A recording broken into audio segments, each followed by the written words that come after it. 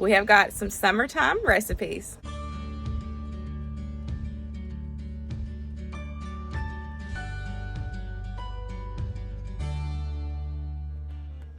Hey guys, welcome back to my channel, or welcome if you are new. In today's video, I'm going to be sharing 3 super delicious go-to summer recipes. These are perfect if you're going to a potluck, if you have a party to go to, if you're having company over. These are going to be your go-tos. Let's get into it.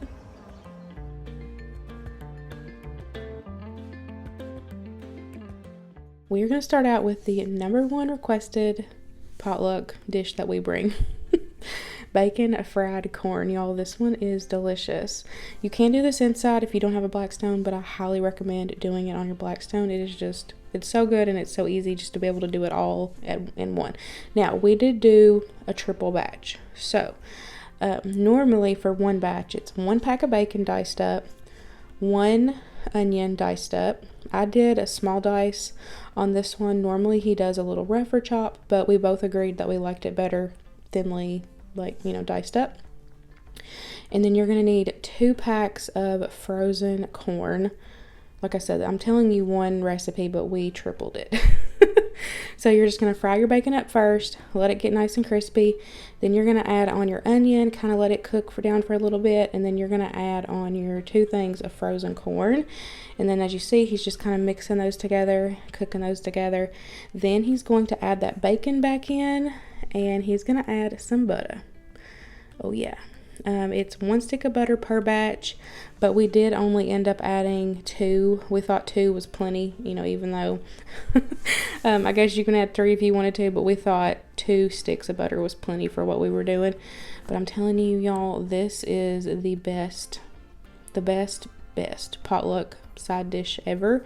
We just kept it warm in the crock pot, and it was, I'm telling y'all, it was so good. So here he is just adding on the butter, and then he's going to add that bacon back in, mix everything together, and then he's going to season it.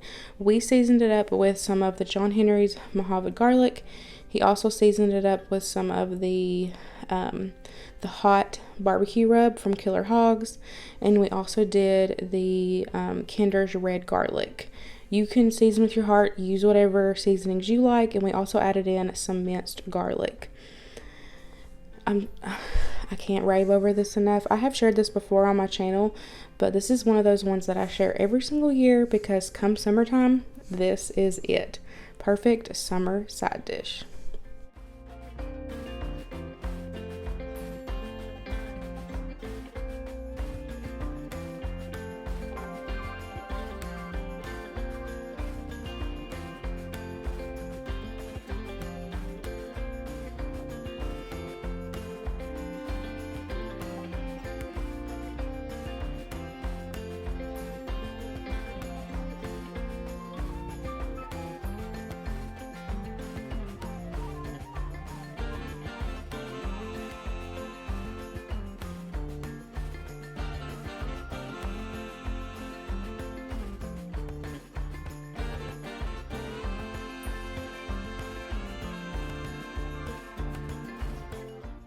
Here is what it looks like when it is all ready to go. Like I said, we were taking this to a party, so we just kept it warm in a crock pot, and it did perfect for traveling, and it stayed warm until it was time to eat at the party. If you have not tried this, you definitely need to. It is a must-try recipe.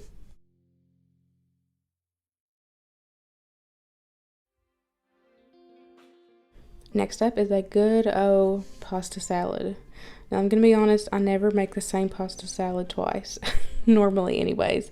This is one of these recipes where you can take out, add in, use whatever veggies or proteins that you want. That's the joy of making your own pasta salad, is that you can change it out and use what you want to. And this one I used pretty much what I had on hand plus a couple extra things. I've got getting my water going for my pasta. I did use bow tie, but you can use whatever pasta you like or whatever you have on hand. And then I'm gonna get the veggies cut up. I'm cutting up my olives, also gonna cut up some tomatoes and get all of that ready to go, so that way we can mix it all together.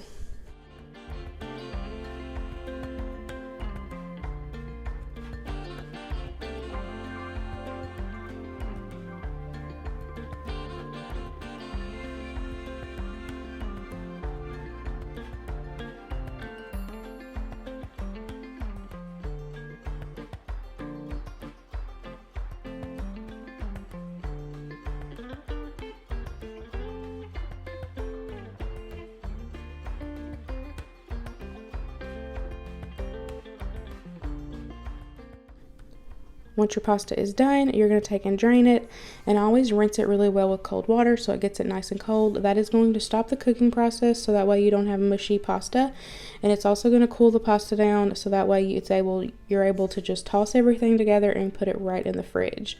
It helps with making sure that your cheese isn't melting and it doesn't get your veggies all hot and mushy.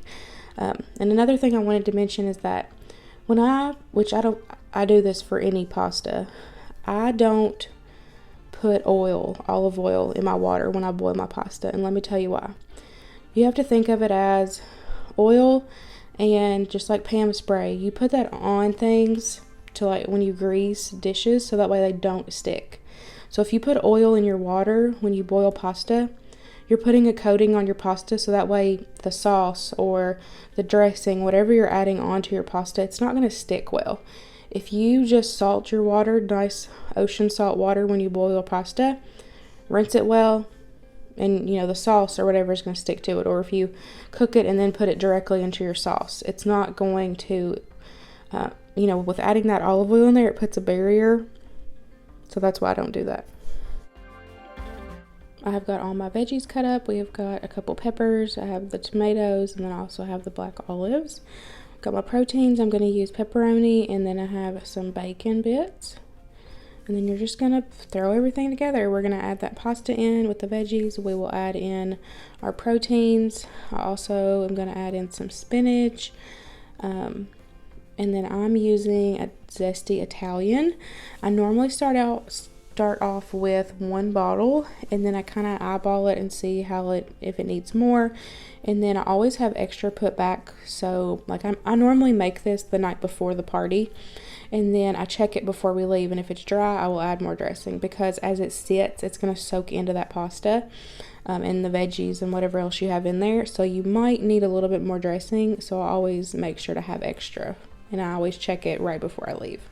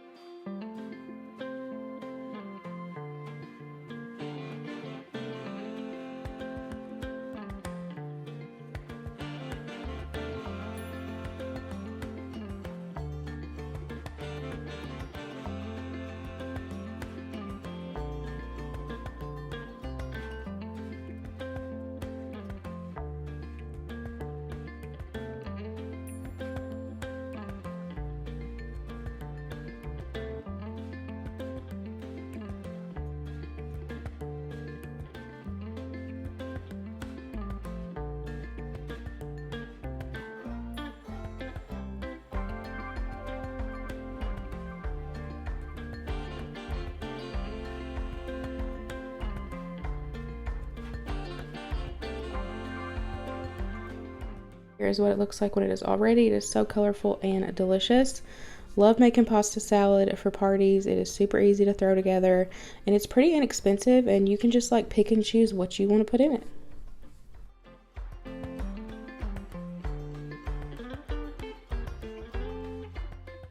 I have got the perfect summertime dessert for you guys. This is going to be a strawberry shortcake poke cake. I found a couple recipes online, and I honestly did not follow them. I just kind of took a couple things out of each recipe, so I will have this typed out for you guys because I want it for myself, because like I said, it was delicious.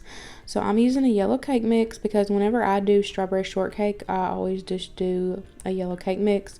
A couple of the recipes that I looked at used white cake mix, but I think you just pick what you want. You also need some strawberries, of course. You will need some strawberry jello. I have got 1 can of sweetened condensed milk, and then of course your Cool Whip. Let's get it put together. First, we're just going to mix the cake mix according to package directions and get that baked in the oven.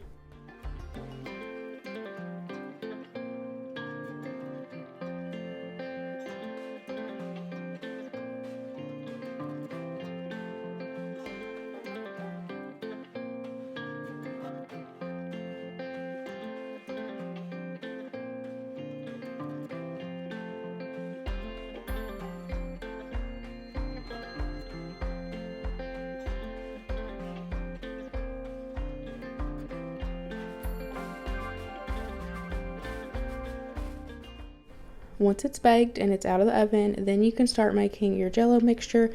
You don't want to do this too soon because it could set up and, not coat on the cake. It would literally just be like Jell-O.